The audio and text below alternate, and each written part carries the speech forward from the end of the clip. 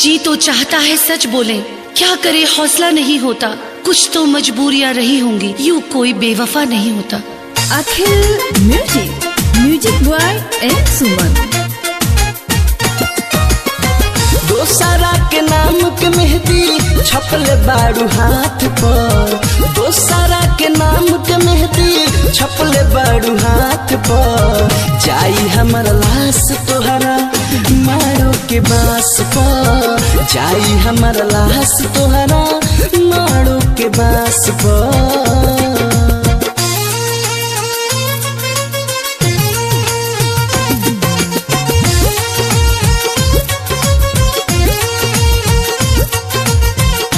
आंखों से लहू बहने लगा है, वो मुझको बेवफा कहने लगा है। ये कैसे मोड़ पर ले आई किस्मत, मोहब्बत का किला ढहने लगा है। हंसी हंसी काढ़ लेलू हमारा कॉलेज के, हमारा के भूल जाइबू पियावा के सेज पे। हंसी हंसी काढ़ लेलू हमारा कॉलेज के, हमारा के भूल जाइबू पियावा के सेज पे। सोची सोची रोतानी हो, सोची सोची रोतानी पहले वाला बात पर। जाई हमर लाश तोहरा मारो के बास पर, जाई हमर लाश तोहरा मारो के बास पर। अखिल म्यूजिक बॉय एंड सुमन।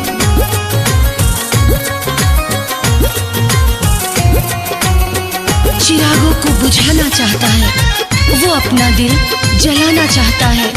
मैं उसको याद रखना चाहती हूँ, वो मुझको भूल जाना चाहता है। खुशी खुशी चल जाइबू तू ससुराल में, दुनिया से हम जाइब गोरी तोहरा प्यार में।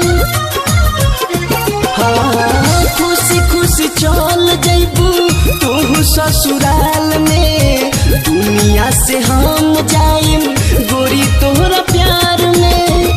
घर परिवार छूटल हो, घर परिवार छूटल तोहरा विश्वास पर। जाई हमर लाश तोहरा मारो के बास पर, जाई हमर लाश तोहरा मारो के बास पर।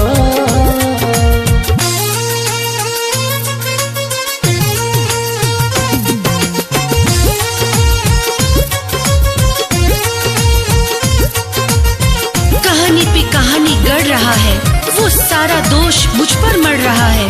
मैं उसको सच बताना चाहती हूँ, न जाने खुद वो क्या क्या पढ़ रहा है। बलिस्टर के संगे तू चल जाइबू छोड़ के, प्यार के बंधन गोरी तू तोड़ के। हो बलिस्टर के संगे तू चल जाइबू छोड़ के, प्यार के बंधन गोरी तू तोड़ के। आशिक राज याद आई है